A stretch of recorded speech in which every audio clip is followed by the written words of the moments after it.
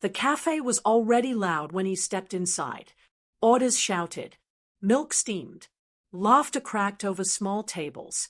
He waited in line without moving, hands folded in front of him. When it was his turn, the barista didn't look up. "What'll it be?" she said. He leaned forward slightly. His mouth opened. Nothing came out. She glanced up, confused, then annoyed. "Sir." He raised one hand, fingers stiff, trying again. Still nothing. A snicker slipped from behind him. Then another. Someone whispered, "Is he okay?" Phones tilted. Smiles grew sharper. The man reached into his coat and pulled out a folded note, smoothing it carefully on the counter. The barista pushed it back. "If you're not ordering," she said, "step aside." His jaw tightened. Not in anger, control. He didn't move. That's when a chair scraped softly against the floor. A black waitress stepped forward from the side. She didn't speak. She didn't ask questions. She met his eyes. And signed. The cafe didn't go quiet all at once. But it was starting to.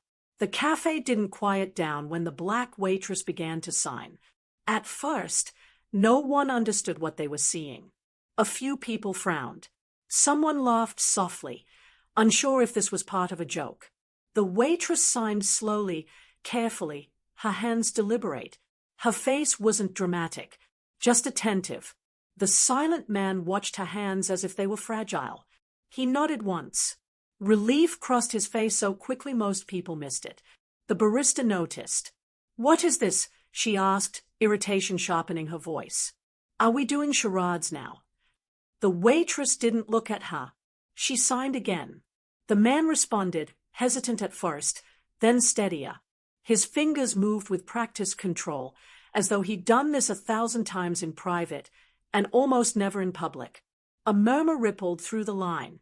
"He's deaf," someone whispered. "No," another said. "He's talking with his hands." The waitress turned to the barista at last. "He wants a coffee," she said calmly. "Black. No sugar." The barista blinked. "Oh." She reached for a cup. The moment should have ended there. It didn't. Someone scoffed from the back. Why didn't he just say that?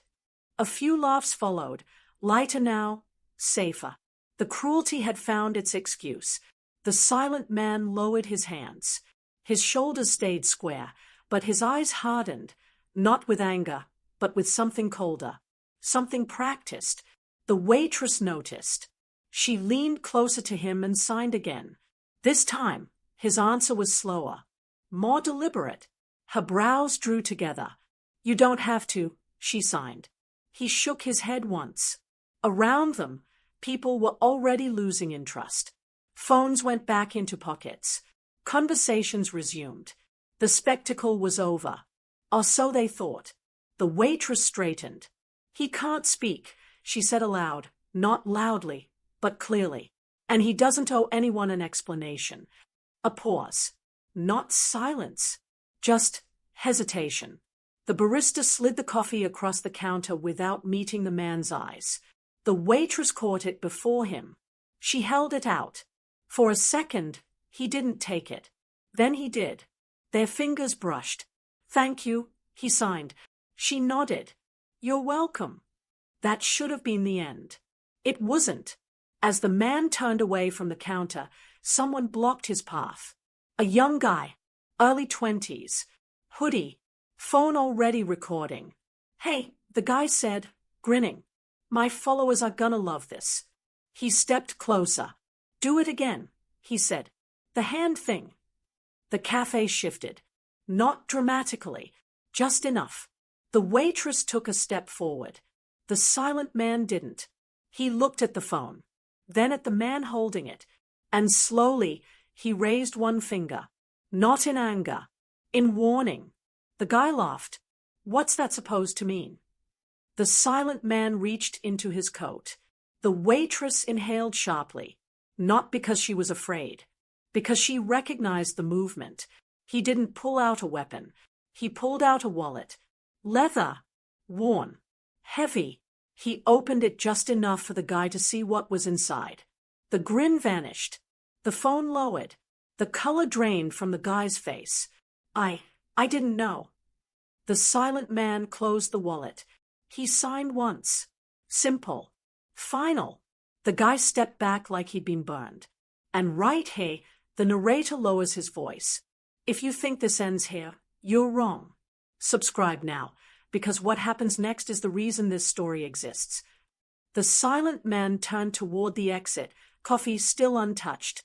As he passed the waitress, she signed again. You don't have to come back, hey, she said. He paused. For the first time since walking in, he smiled. Not warm. Not kind. Just polite. I already paid, he signed. Then he left. The bell over the door chimed. Only after it closed did the cafe breathe again. The barista swallowed. What was that about? The waitress didn't answer. She stayed at the door. Behind her, someone finally asked, Who was he? I don't know, she said. That was a lie. She knew exactly what the badge in that wallet meant. Outside, the silent man stood on the sidewalk, steam rising from the cup in his hand. Across the street, a black sedan waited, engine running. The driver watched him through the mirror. The silent man signed once through the glass. The driver nodded. The car didn't move. The man looked back at the cafe window, at the waitress standing frozen behind it. For just a moment, something human crossed his face. Then it disappeared. He lifted the cup, took one sip, and walked toward the car. The waitress didn't sleep that night. It wasn't fear exactly. It was the feeling that something unfinished had passed through her hands and kept going. She lay on her back, staring at the ceiling fan as it cut the dark into slow, uneven pieces. Every time she closed her eyes, she saw the man's face, not the stillness, not the silence, but the moment right before he left. That look, not gratitude, not relief, recognition. By morning, the cafe was already loud again. Different shift, different customers. Same counter. She tied her apron tighter than usual. You good? Another server asked. She nodded. Too fast. The bell over the door chimed. Her shoulders stiffened before she could stop herself. It wasn't him. Just a man in a suit. Normal. Loud phone call. No silence. Still, the feeling didn't leave. Mid-morning, the manager called her into the back. There was a complaint, he said, folding his arms. Her stomach dropped. About what? Yesterday, a customer said you embarrassed staff. Said you made things uncomfortable. She didn't answer right away. He couldn't speak, she said finally. The manager sighed. That's not the issue. What is? He hesitated. Then, someone posted a video. He turned the screen toward her. There she was. Hands moving. Face calm. And the man. Silent. Still. Watching. The clip cut before the wallet came out. Comments rolled underneath. Some sympathetic. Some cruel. Some asking questions no one could answer. The manager tapped the screen. Corporate doesn't like this kind of attention. She met his eyes. So what do they want me to do? For now, he said. Just be careful. Careful. That word followed her all day. By afternoon, she noticed the man near the window. Not sitting. Standing. Watching. He wasn't dressed like a customer. No coffee. No phone. Just still. She told herself she was imagining things. Then he moved. Out the door. And the feeling returned. Stronger this time. After her shift, she didn't take her usual route home. She cut through side streets, doubled back once, checked reflections in dark glass. Nothing. At her apartment, she locked the door twice. Then a third time. She told herself she was overreacting. An hour later, her phone buzzed. Unknown number. She didn't answer. It buzzed again. A message this time. You shouldn't walk alone tonight. Her breath caught. She typed, erased, typed again. Who is this? 3 dots appeared, then disappeared. The phone rang. She answered without meaning to. You did the right thing, a man said. Not the silent man. Older. Controlled. Calm. Her voice came out small. How did you get my number? A pause. We keep track of people who help, he said, and people who don't. Her grip tightened. I didn't help him because of whatever you think, she said. I know why you helped, the man said. That's why I'm calling. Silence stretched. Then, he noticed you. Her chest tightened. That wasn't supposed to happen. What does that mean? She asked. Another pause. He doesn't let many people see him like that. The call ended. No goodbye. No explanation. She stood there long after the screen went dark. That night, she dreamed of hands, not signing, pointing. The next morning, she was late. She didn't care. At the cafe, a black sedan was parked across the street. Engine running. Windows tinted. It didn't move. Her coworker laughed about a bad tip. The espresso machine screamed. Normal sounds. She watched the sedan until her shift ended. It was still there. She didn't go home. She walked instead. Fast at first. Then faster. The sedan followed. Not close. Not obvious. Just enough. Her heart pounded, but her mind stayed strangely clear. She ducked into a crowded grocery store. The sedan passed. Didn't stop. She waited 10 minutes before stepping back out. It was gone. That night, she searched. Not his name. She didn't have it. She searched symbols, badges, authority markings used by people who never appeared on uniforms. She found one image that made her stomach turn. The shape, the placement, the implication. She closed the laptop. She didn't want confirmation. The next day, the cafe was busier than usual. She kept her head down. Around noon, the bell rang. The cafe didn't change. Not immediately, but she felt it. He was back. No coat this time. No hesitation. He stood near the wall, not the counter, watching her, waiting. She forced herself to breathe. When she approached, he didn't sign. He placed a folded napkin on the table. Inside, written neatly, I'm sorry. Her hands trembled. She looked up. His eyes were different today. Not distant. Alert. You shouldn't be here, she signed. He watched carefully, then shook his head. They followed you, he signed. I needed to see. Her pulse spiked. Who? She signed. He didn't answer. Instead, he signed something else. You in this now. Her mouth went dry. She stepped back. This wasn't a deal, she signed sharply. I didn't agree to anything. He nodded. I know. That scared her more than denial would have. Before she could respond, the cafe door opened again. 2 men entered. Not together. Not obvious. But he noticed. So did she. The silent man straightened. His presence shifted, not louder, not aggressive. He became heavier. The men glanced at him, then at each other, then left. The bell rang twice. Only when they were gone did he relax. She stared at him. What is happening? She signed. He hesitated. For the first time, hesitation wasn't controlled. It was human. You helped me when no one else would, he signed slowly. That makes you visible. Her chest tightened. That's not fair, she signed. He looked at her. Something almost like regret crossed his face. Nothing about this is. Outside, the black sedan rolled past the window. Slow, unhurried. The silent man watched it go. Then he looked back at her. If you want out, he signed, you have to stop seeing me. And if I don't, she signed. He didn't answer right away. When he did, his hands were steady. Then I'll have to protect you. The weight of that sentence settled between them. Not comfort, not safety. Consequence. The bell rang again. A new customer. The moment broke. But nothing reset.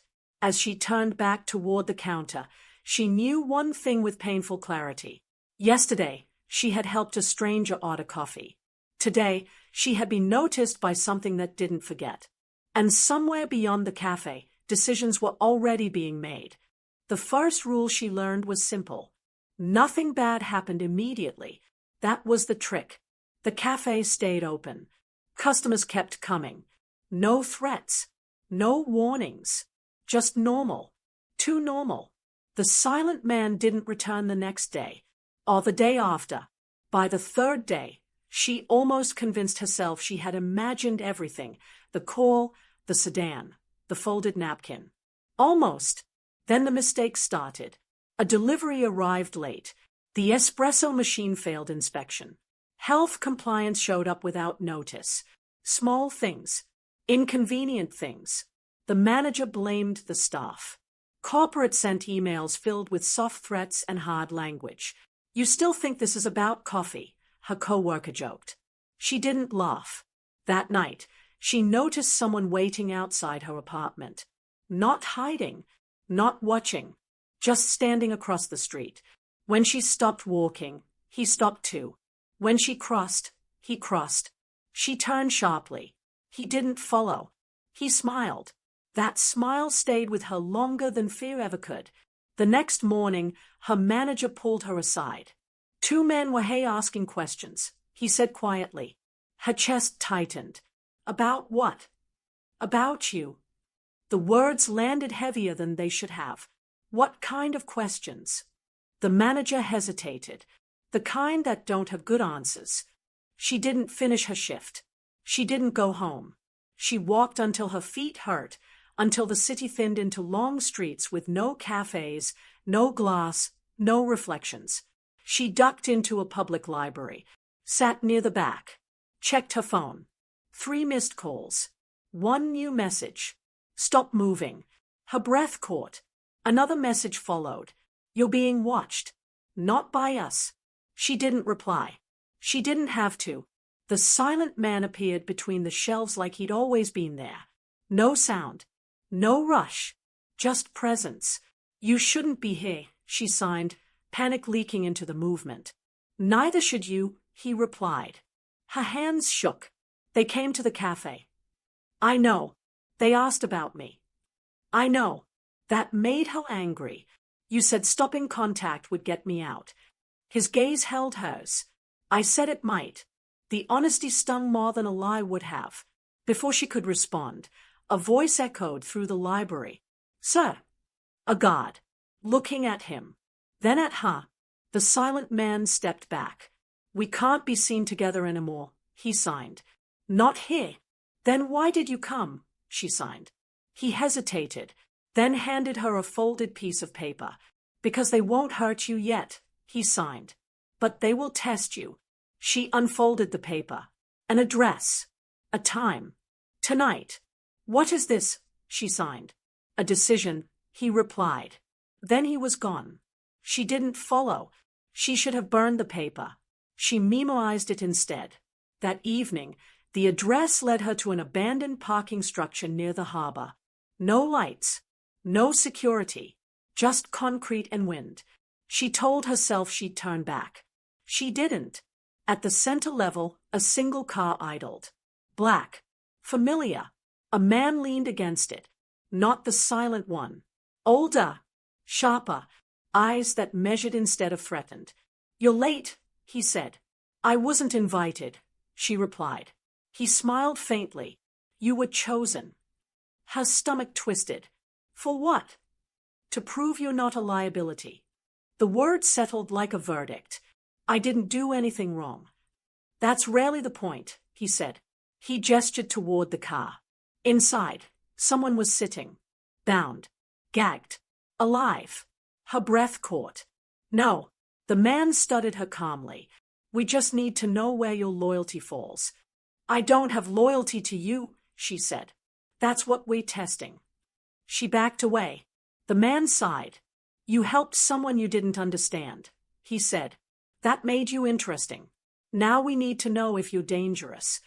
"I won't do this." "I know," he said. "That's the answer we expected." He opened the car door. The bound man thrashed weakly. The older man turned back to her. "Go home," he said. "Forget tonight." She didn't move. "Leave," he repeated. She ran. She didn't stop until her lungs burned. She didn't look back. At home, she locked every door, then sat on the floor, shaking. Her phone buzzed. One message. You passed.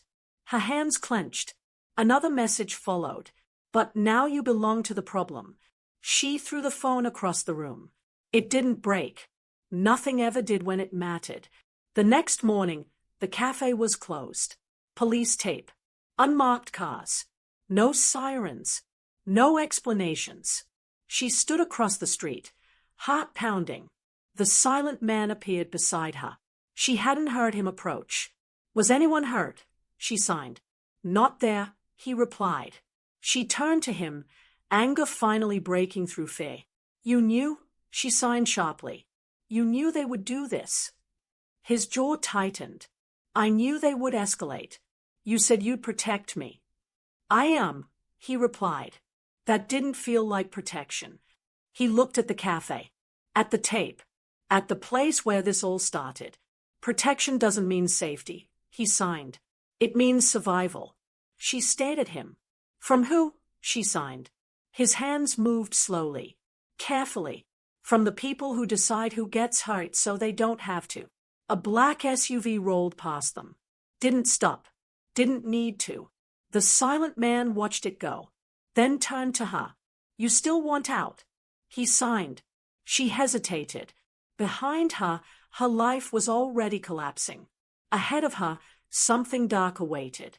She signed the only honest answer she had. I don't know. He nodded. That answer, at least, made sense. Then you stay close, he signed. And you learn. The city moved around them. Unaware, unconcerned.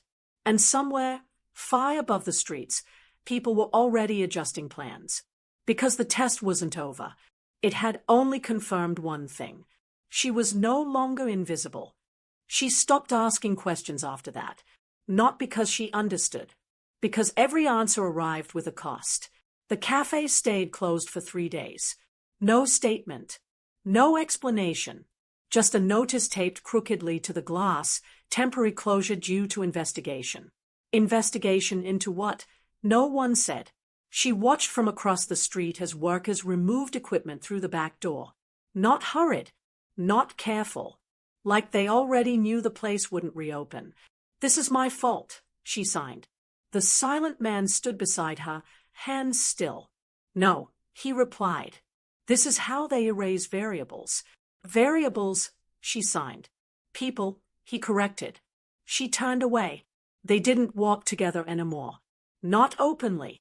Not after what happened.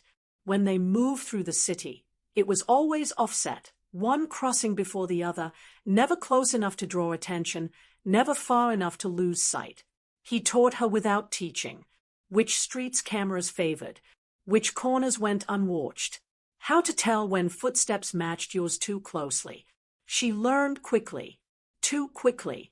One evening, as rain softened the sound of the city, she finally broke. You never asked me if I wanted this, she signed.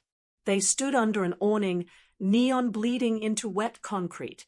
I know, he replied. You decided for me. Yes. The honesty landed harder than anger would have. You talk about protection like it's a favor, she signed. But you're just choosing who gets hurt. His eyes didn't leave her hands. Everyone chooses, he replied.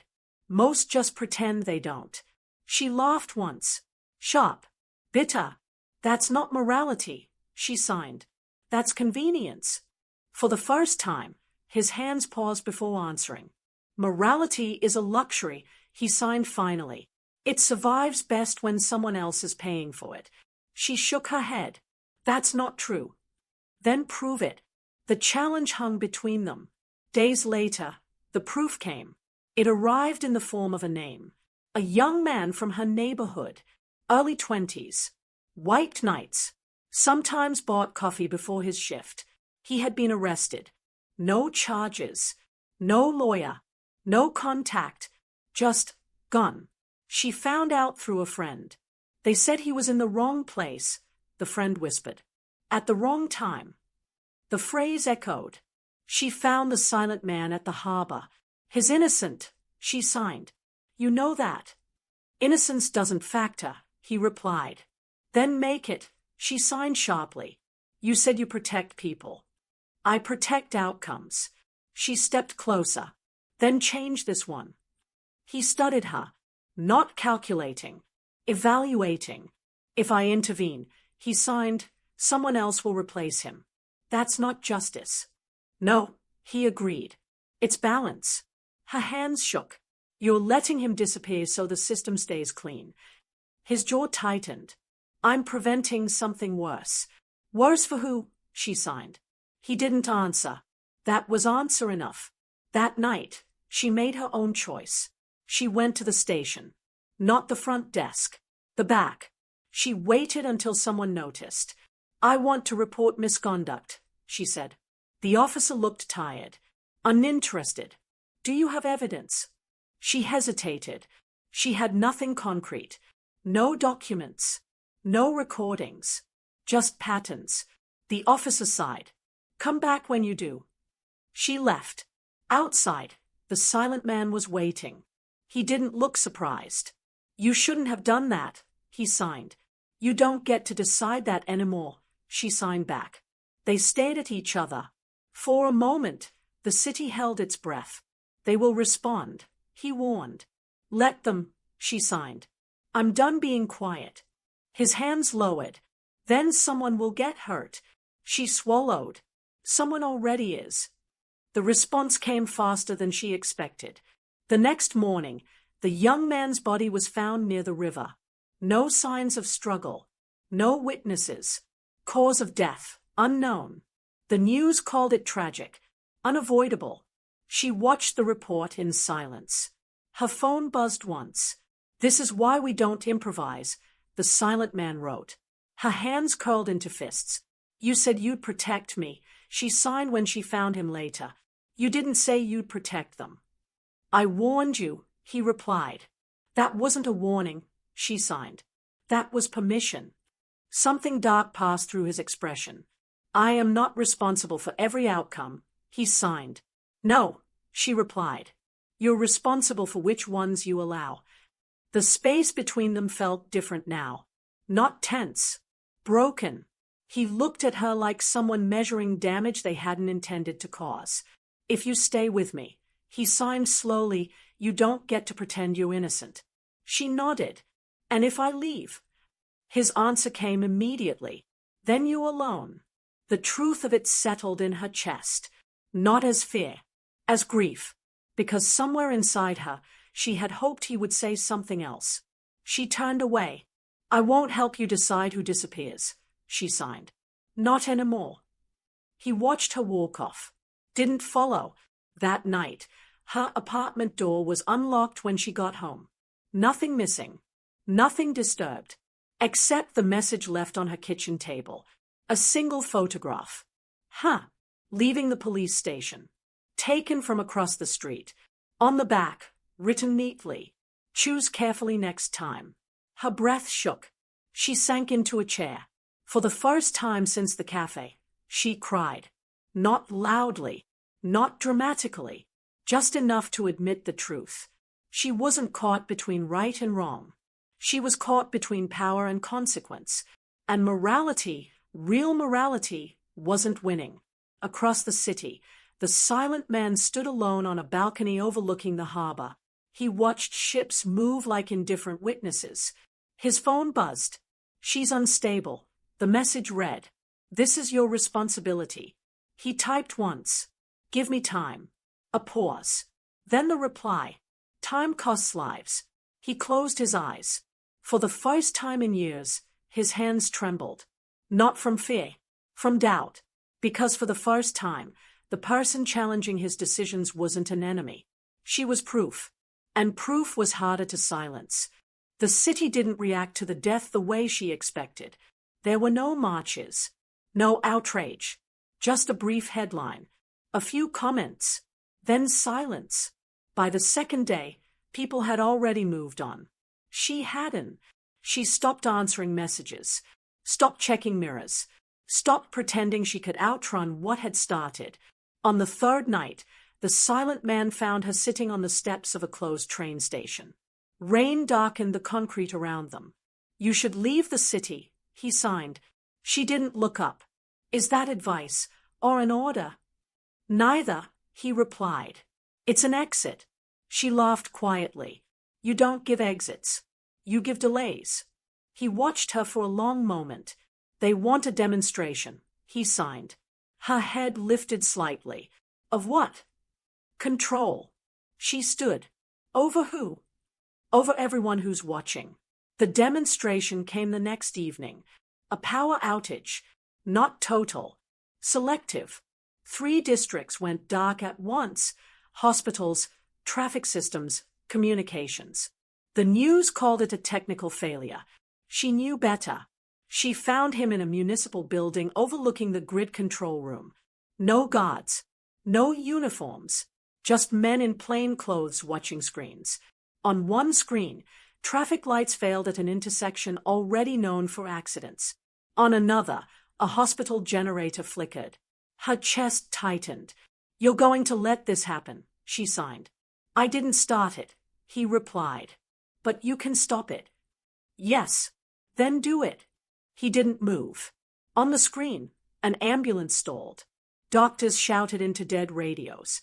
Somewhere, people screamed. Her voice shook. This isn't balance. This is terror. It's leverage, he replied. And they are watching how I use it. Who is they? She signed. He didn't answer. The room smelled of ozone and quiet panic. A man beside him leaned in. We're losing patience. The silent man raised a hand. Everything froze. He turned to her. If I intervene now, he signed slowly, I save hundreds tonight.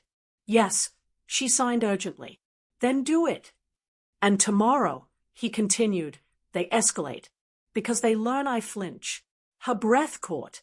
If I don't intervene, he signed, people die. But the system stabilizes. She stayed at him. You're choosing future control over present lives. I'm choosing the least permanent damage. Tell that to the people trapped in those hospitals. He looked back at the screens. I will. The countdown reached 0. The lights stayed off. Sirens filled the distance. She turned away. I won't watch this, she signed. She walked out. She didn't make it far. A blast echoed through the city. Not loud enough to shake buildings. Just loud enough to be felt. A transformer exploded. The power returned. Too late. By morning, the death toll was unclear. 4 confirmed. Dozens injured. The news framed it as tragedy narrowly avoided. The silent man was praised quietly. She contained it. Someone said, minimal loss. Minimal. She confronted him at dawn. You chose, she signed. You chose to let them die. I chose to stop a war, he replied. At what cost? 4 lives tonight, he signed. Or hundreds next week. Her hands dropped. You don't know that. I do. How? His silence answered. You've done this before, she signed. Yes. And you'll do it again. Yes. She stepped back. This is who you are. This is what the world rewards, he replied. She shook her head slowly. You're not protecting people, she signed. You're teaching them they're expendable. He didn't argue. That was worse. Later that day, the city honored a man she'd never heard of. A quiet official.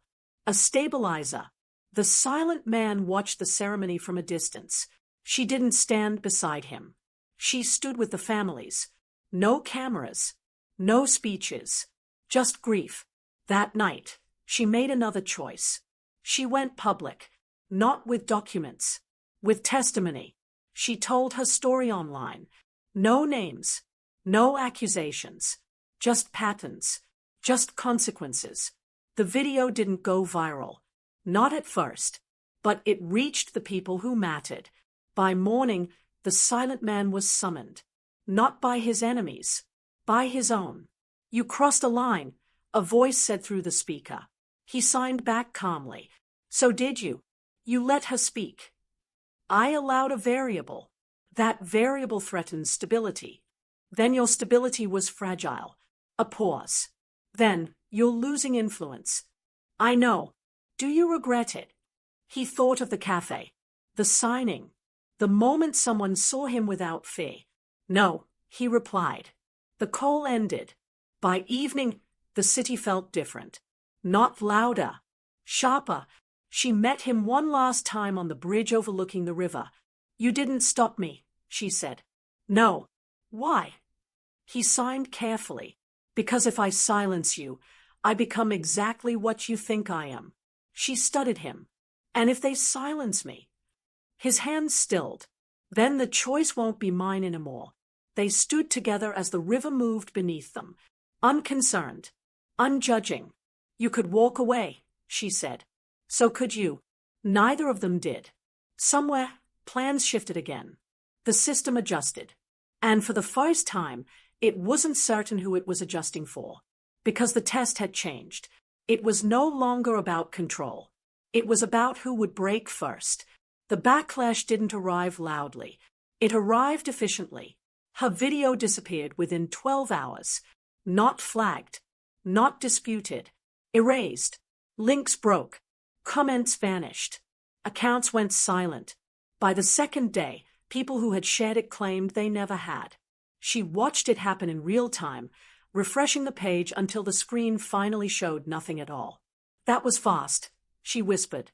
Her phone buzzed immediately after. They are accelerating, the silent man wrote. She didn't reply. She didn't trust words anymore. Instead, she packed a bag. Not to leave the city. To move inside it. She changed apartments. Changed routes. Changed routines. It didn't matter. By the end of the week, her face was everywhere. Not on the news. On screens that didn't blink. Transit ads. Digital billboards.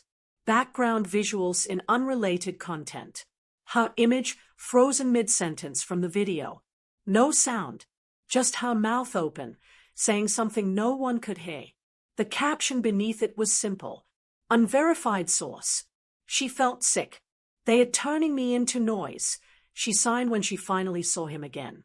They met underground, where signals died and cameras lied. They are isolating you, he replied. Discredit before removal. Removal, she signed. That's your word, not mine.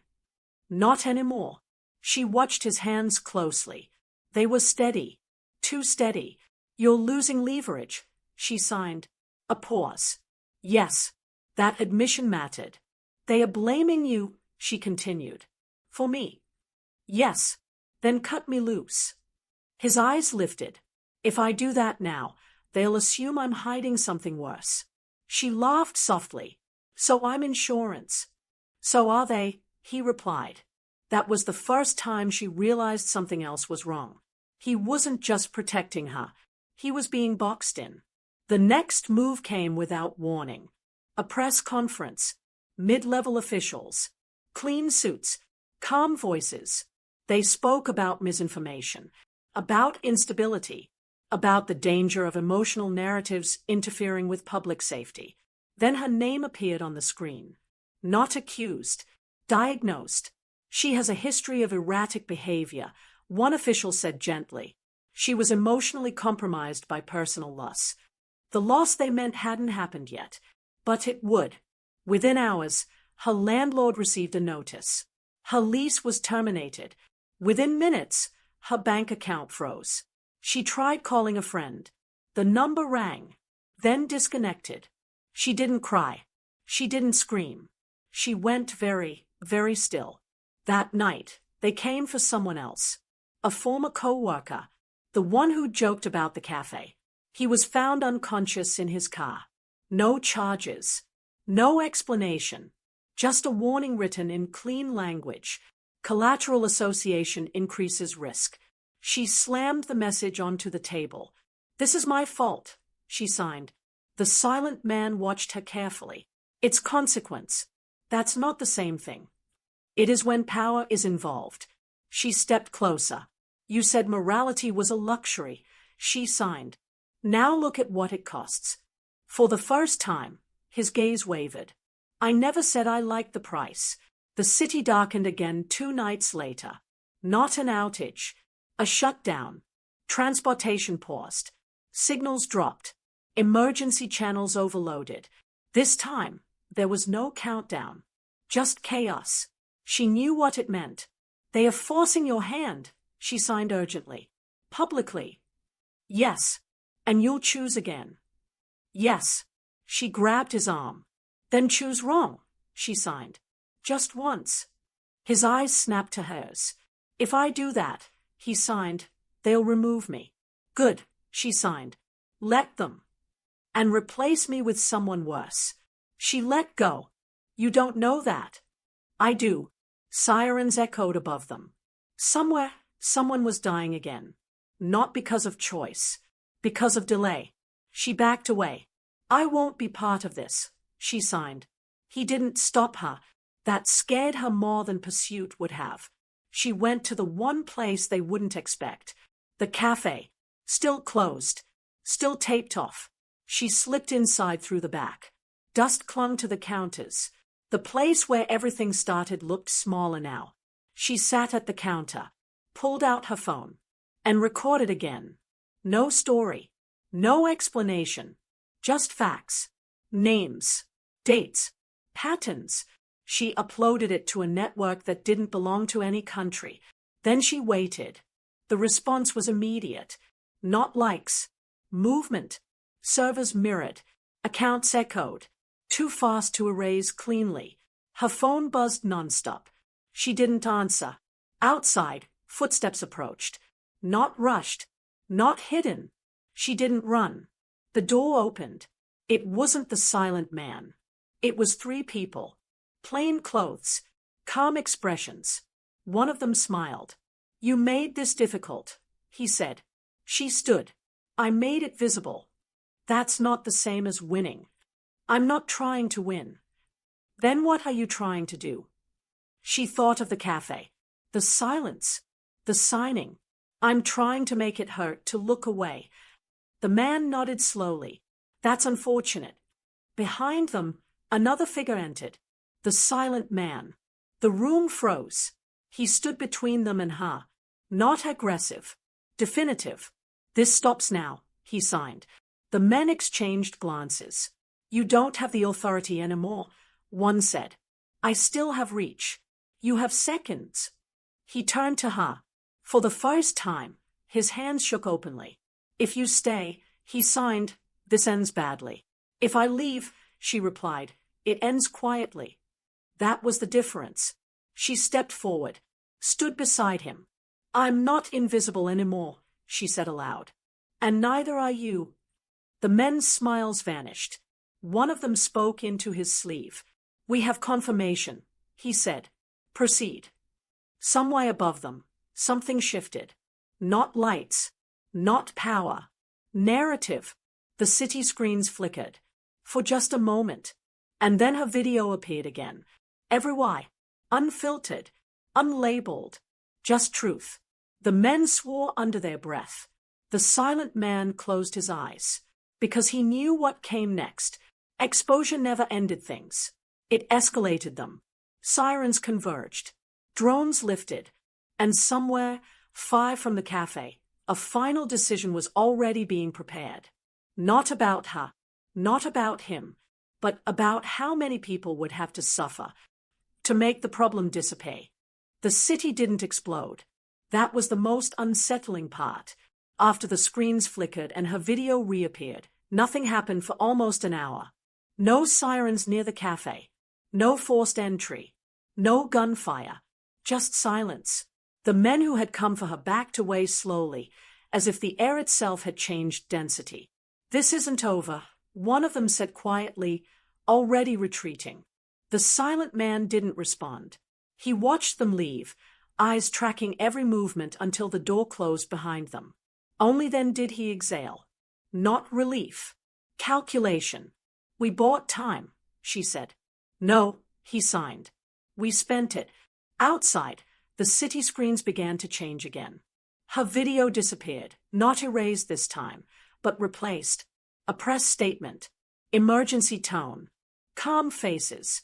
They acknowledged the footage. Called it incomplete. Promised transparency. Announced the formation of an independent review council. She laughed, sharp and hollow. They are offering mercy, she said. They are offering delay, he replied. As if summoned by the announcement, the cafe's back door creaked open again. A woman stepped in. Late 40s. Government cut suit. No visible fee. I'm here to help, she said. The silent man didn't move. Say what you came to say, he signed. The woman glanced at his hands, then at her. You've made your point, she said. Now let us clean this up. She set a phone on the counter and slid it forward. A call connected instantly. On the screen, a hospital room. Monitors beeping steadily. A man lay in the bed. Alive. Breathing. Her breath caught. That's your co-worker, the woman said. The one you thought we lost. The silent man stiffened. The woman continued calmly. He's alive because we intervened. Because we can still choose restraint. She leaned forward, but restraint requires cooperation. She looked directly at her. Come with us. Publicly. Retract your claims. Say you were misled. And him? She asked. The woman smiled faintly. He keeps breathing. She turned to the silent man. And you, the woman added, step away. Permanently. Quietly. The offer hung in the room. Life. Silence. Containment. The silent man's hands didn't move. She felt something twist inside her. This is the part where you say it's necessary, she said softly. It is necessary, he signed. Her heart dropped. To save him, he added. Not the truth. She looked at the screen again. The man in the bed shifted slightly. Alive. She swallowed. I won't retract, she said. But I'll go with you. The woman's brow lifted. Alone? Yes. The silent man turned sharply. No. She faced him. This is the only way, she said. You taught me that. He stayed at her, something raw breaking through control. This is not a fair trade, he signed. It never is. The woman nodded approvingly. Good. We'll move fast. The silent man stepped between them. You leave her alone, he signed. You don't have the standing to make demands anymore. Then this fails, he replied. The woman studied him for a long moment, then smiled. Very well, she said. You both come. The ride was quiet. Too quiet. Black vehicle. Reinforced glass. No visible destination.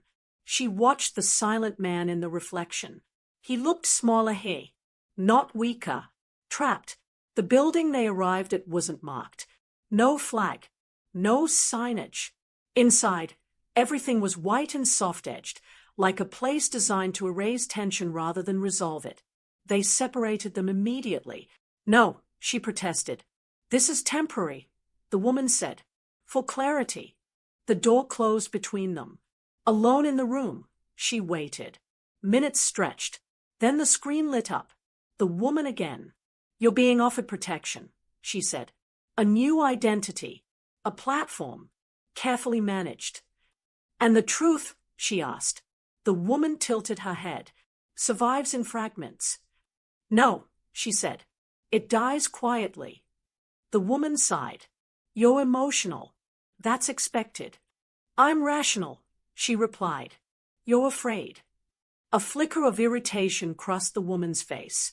You think exposure is power, she said. But power is endurance. And what happens when people stop believing you? They won't, the woman said, because we decide what's believable. The door opened behind her. The silent man entered. He looked unchanged. That terrified her. We don't have much time, he signed. They are offering me safety, she said. They are offering you storage. The woman stood. Decision time. The silent man looked at her. If you go with them, he signed, you live. Quietly. And if I don't? Then this ends violently. She met his eyes. You once told me morality was a luxury. It is. Then let me spend it. He closed his eyes. For the first time since the cafe, his hands didn't move. I won't disappear, she said to the woman. Not cleanly. The woman's smile vanished. That's unfortunate. She pressed a button. The room's glass wall turned transparent. Beyond it, another room. Another screen. The hospital bed again. But this time, the monitors were erratic. The woman's voice softened. Last chance. The silent man's hands rose, shaking. If I comply, he signed slowly. This stops? Yes. She turned to him. You don't get to choose for me, she said. He looked at her, and for the first time, he didn't choose the city. He stepped back. The woman's face hardened. So be it. Alarms sounded. Not loud. Directional. Efficient. The lights dimmed. The building shifted into lockdown. She felt it then. Not fear. Clarity. They had never planned to let them both leave. This was always about pressure. About fracture. The silent man took her hand. His grip was firm. Human. When this breaks, he signed, run. And you. A pause. I'll slow them down. No, she said. He signed once. This is the debt. The doors slammed open. Footsteps rushed closer. Somewhere, the monitors flatlined. She didn't look back. She ran. Behind her, the system chose again. And this time, it chose force.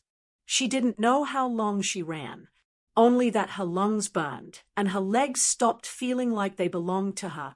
The corridors blurred into each other, white walls, flashing indicators, doors that opened only once.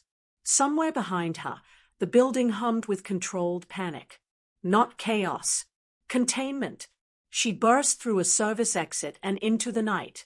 Cold air hit her like punishment. She didn't stop, didn't look back. By the time she reached the river, the city above had already changed tone. Sirens weren't screaming anymore. They were coordinated, focused. That was worse. Her phone vibrated violently in her pocket. One message. Stop. Then another. This isn't about you anymore. She ducked beneath the bridge and crouched in the dark, hands shaking as she typed. Where are you? The reply took longer than usual. Too long. Then, at the center, her chest tightened. They locked it down. He wrote. They are escalating the protocol. She knew what that meant. The protocol wasn't arrest. It wasn't negotiation. It was sacrifice, measured, justified, framed as necessity. Her phone vibrated again. This time, it wasn't a message. It was a live feed. The silent man appeared on the screen. Not bound. Not beaten. Standing in a control chamber ringed with glass and light. Behind him, screens displayed the city's infrastructure like a living body, power grids, transit arteries, hospitals pulsing with data. In front of him stood the woman in the suit. Calm as ever. You understand what's at stake, the woman said. The silent man's hands moved. Explain it for the record. The woman nodded. We've identified a cascading instability, she said. Triggered by exposure. If left unchecked, this spreads. Panic. Disruption. Civil loss. She gestured, and the screens shifted. A hospital wing. An underground transit tunnel. A crowded housing complex. All connected, she continued. All vulnerable. The silent man watched. Still. Controlled. What do you want? The woman turned toward the camera. Containment, she said. One failure point. One release. The screen zoomed in on a single location. A small clinic near the river. Her heart stopped. That clinic is full, she whispered. The woman smiled faintly. Exactly. The silent man's hands slowed. If that system overloads, he signed, people die. Yes, the woman said. Dozens. He held her gaze. And if I stop it, the woman's smile vanished. Then the surge redirects, she said, to the grid as a whole. She paused. Thousands. The city seemed to breathe in. The silent man closed his eyes. For the first time, he didn't look like someone weighing outcomes. He looked like someone mourning them. You're asking me to choose who dies, he signed. We're asking you to prevent collapse, the woman replied. The math is simple. Her phone vibrated again. A second feed opened. The clinic. Doctors running. Patients crying. A nurse shouting for power. She recognized the waiting room. She had passed it every night on her way home. The silent man's hands trembled. You said restraint was possible. He signed. It was, the woman replied. Before exposure. The word landed like an accusation. He looked into the camera, straight at her. She pressed her hand over her mouth. No, she whispered. Don't. His gaze softened. Not apologetic. Present. If I do nothing, he signed slowly, they die anyway. She shook her head violently. There has to be another way. The woman leaned closer to him. There isn't. The timer appeared on the screen. 2 minutes. The silent man looked away from the screens, away from the woman, and finally, away from the city. He looked inward, at every choice he had ever justified, every life reduced to a number, every silence mistaken for control. If I choose the clinic, he signed, the system survives. Yes, the woman said, and history forgets the rest. If I refuse, he continued, the city fractures. Yes, she said again, and you become the cause. The timer ticked down. 90 seconds. She whispered into the phone. I don't forgive you, she said, but I understand. His eyes met the camera one last time. That's worse, he signed. 60 seconds. The woman's voice softened, almost kind. Make the responsible choice. He turned back to the controls. His hand hovered, shaking, and then it stopped. He made his choice. The screens shifted. Power rerouted. The clinic lights flickered and went out. The feed cut. The city stabilized. Transit resumed. Hospitals elsewhere brightened. Sirens slowed. The timer vanished. The woman exhaled. Thank you, she said. The silent man didn't respond. On her phone, the feed went dark. She stared at the black screen. Somewhere near the river, a building sat in darkness. Somewhere inside it, people waited for help that would never come. The city lived, because someone else didn't. The news broke an hour later. Localized infrastructure failure, the anchor said calmly. Authorities confirm minimal loss of life. Minimal. She sat beneath the bridge until dawn. Didn't cry. Didn't move. When the sun rose, the city looked unchanged. That was the cruelest part. Her phone buzzed one final time. A message from him. It's done. She typed back. So am I. Across the city, the silent man stood alone in the control room. The woman had already left. The screens now showed stability graphs climbing into the green. Applause echoed faintly through another room. Commendations being prepared. He ignored it all. He stared at his hands. The same hands that once signed for coffee, that once said thank you, that once believed control meant protection. Now they were still. Useless. Because no matter how the numbers looked, he could feel the weight of every life he had chosen not to save. And for the first time, the city was safe. And he was not. The city learned how to forget very quickly. By noon, the clinic was already being described as isolated. By evening, the word failure replaced choice. By morning, there were numbers instead of names. 14 confirmed. Several unaccounted for. No foul play suspected. She listened to the news without reacting. It was easier that way. When she finally stood up from beneath the bridge, her body felt older, heavier, as if something had been added that she couldn't put down. She walked. Not fast. Not carefully. Just forward. People passed her without looking. Commuters complaining about delays that had already been resolved. Vendors reopening shutters. Children laughing. Life continuing. She wondered how many of them had slept through it. At home, the apartment smelled wrong. Too clean. She didn't unpack. She didn't shower. She sat on the floor and stared at the wall until the light changed. Her phone buzzed again. Not him. A notification. Official statement released. She opened it.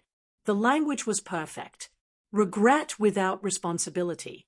Acknowledgement without accountability. A promise of review. She scrolled past it. At the bottom was a single sentence. The situation was handled to prevent greater loss. She closed the screen. That sentence had weight. It was heavy enough to crush anything placed beneath it. Across the city, the silent man stood in a room without windows. Not detained. Not guarded. Just contained. A man in a suit spoke from the other side of the glass. "You'll be taking an extended leave," he said. "Off the grid." The silent man didn't respond. "Your service has been exceptional," the man continued. "This is not a punishment." The silent man signed slowly. "Then why does it feel like exile?" The man smiled thinly. "Because you're no longer useful where people can see you." The glass darkened. The conversation ended. That night, she dreamed of the cafe. Not the shouting. Not the phones. Just the cups sitting untouched on the counter. When she woke, there was a knock at her door. 3 soft taps. She didn't answer. The taps came again. She opened it anyway. The woman in the suit stood there, alone this time. "I'm not here to threaten you," the woman said. "I'm here to offer closure." "Closure for who?" she asked. "For you." The woman stepped inside without being invited. "The incident has been resolved," she said. "The system is stable. And the people who died." The woman paused. "They are mourned." "By whom?" The woman didn't answer. Instead, she placed a folder on the table. Inside were documents. Legal. Official. A new identity. A stipend. A path away. "You can disappear quietly," the woman said. "Live a life untouched by this." She laughed. It surprised them both.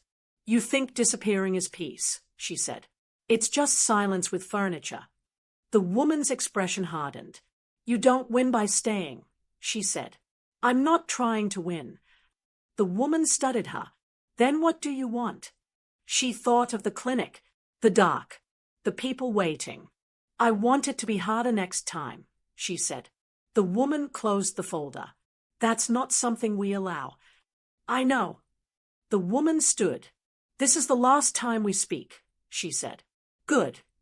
The door closed. The apartment felt smaller after she left. Across the city, the silent man watched the river from a train moving north. No escort. No destination announced. He sat alone, hands resting on his knees. A child across the aisle stared at him. Curious, unafraid. The child raised a hand and waved. The silent man hesitated, then waved back. The child smiled. It hurt more than anything else had. Days passed. Then weeks. The city replaced headlines with festivals, with sports, with distraction. The clinic site was fenced off, then demolished, then forgotten. She returned there once. Just once.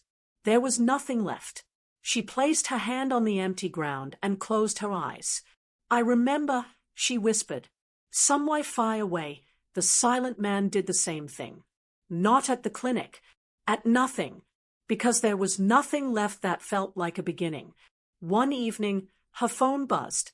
A number she didn't recognize. One message. "They moved me." She didn't reply immediately.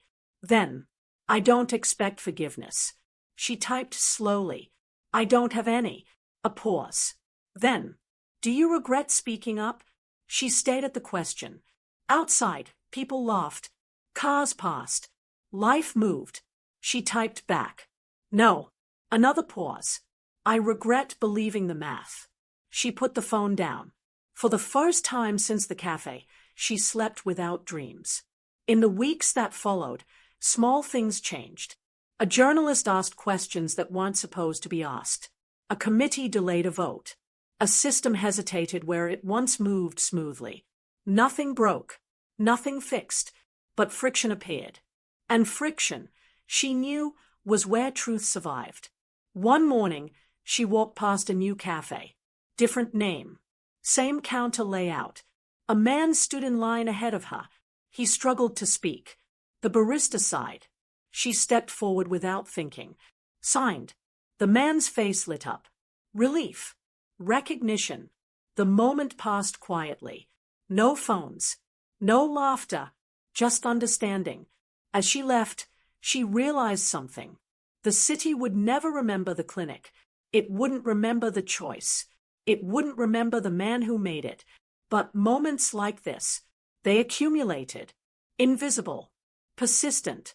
And somewhere far away, on a train that never stopped long enough to feel real, the silent man watched the landscape pass and wondered if the city would ever feel the weight of what it had survived. Because safety had a cost. And someone always paid it first. The city never apologized. It adjusted. New policies rolled out quietly. New oversight committees formed. New words replaced old ones. Safeguards. Resilience. Risk mitigation. Language designed to feel like care. She watched it happen from the edges, where people didn't notice her anymore. Not because she was invisible, but because the city had learned how to look past people like her. She no longer lived in one place. She moved every few weeks. Worked short jobs. Left before familiarity could form. Not hiding. Preparing. Because once you see how decisions are made, you don't stop seeing them. One evening, in a city 3 hours away, she sat in a small apartment with borrowed furniture and a borrowed name. The television played softly in the background, news she barely listened to anymore. Until a phrase caught her attention. A controlled shutdown prevented a larger incident. Her hand froze mid-motion. The anchor continued. Authorities confirmed the decision saved thousands. She muted the sound. The footage showed a different city. Different skyline. Different people. Same structure. Same justification. Her phone buzzed. She didn't need to look to know who it was. They are repeating it, he wrote. She stared at the message. Where? She typed. A different region. Same logic. New face. She exhaled slowly. Did they ask you? A long pause. Then. They didn't need to. She closed her eyes. The silent man had not returned to the city. Officially, he no longer existed.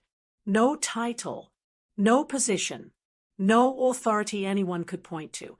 But power didn't disappear. It relocated.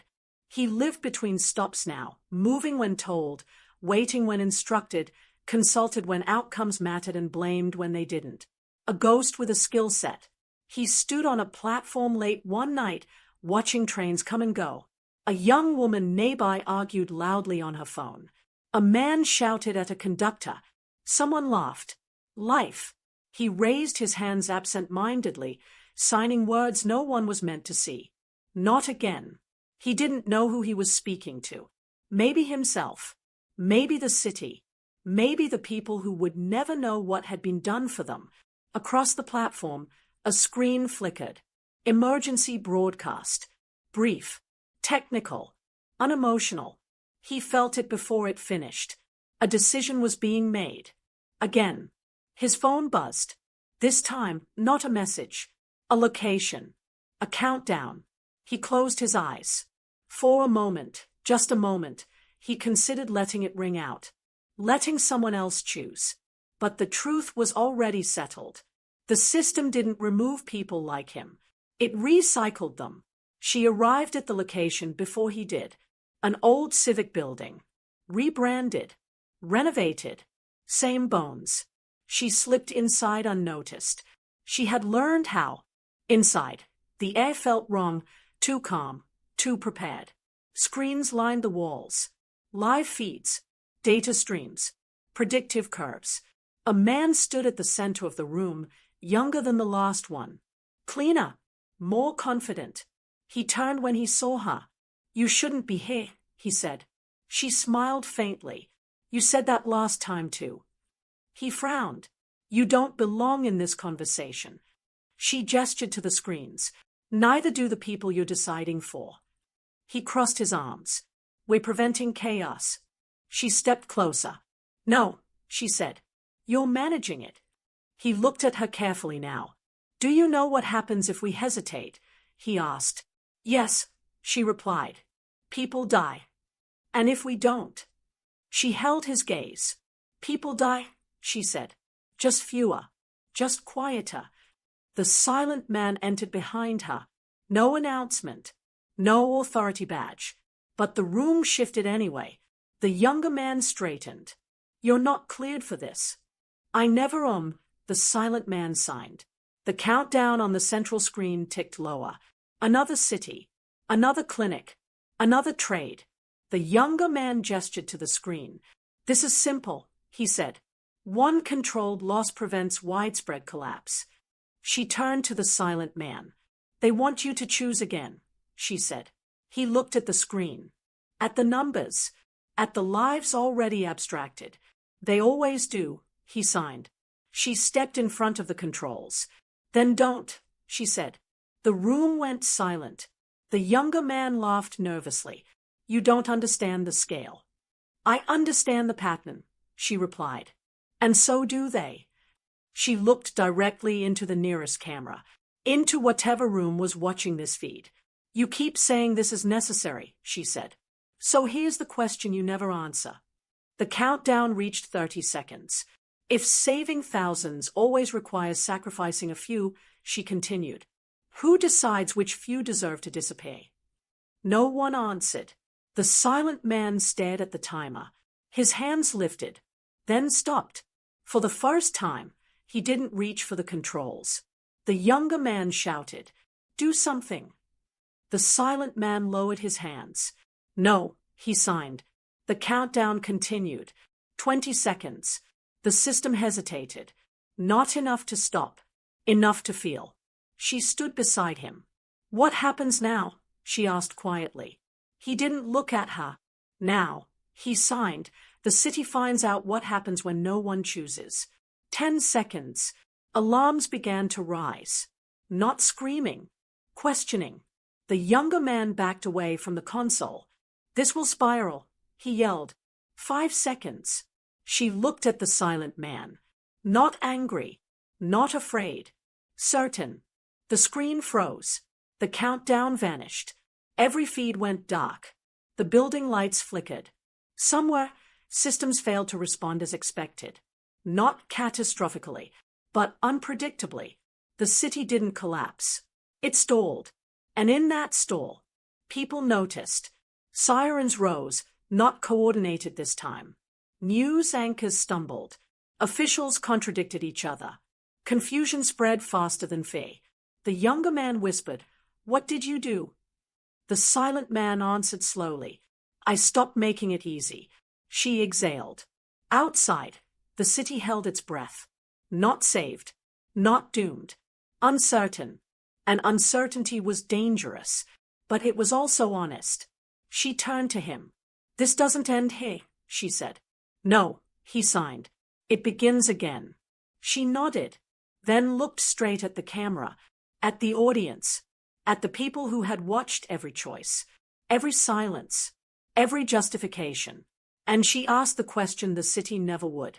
If you were the one at the controls, would you sacrifice a few to save many, or refuse to choose at all and let the world face the consequences?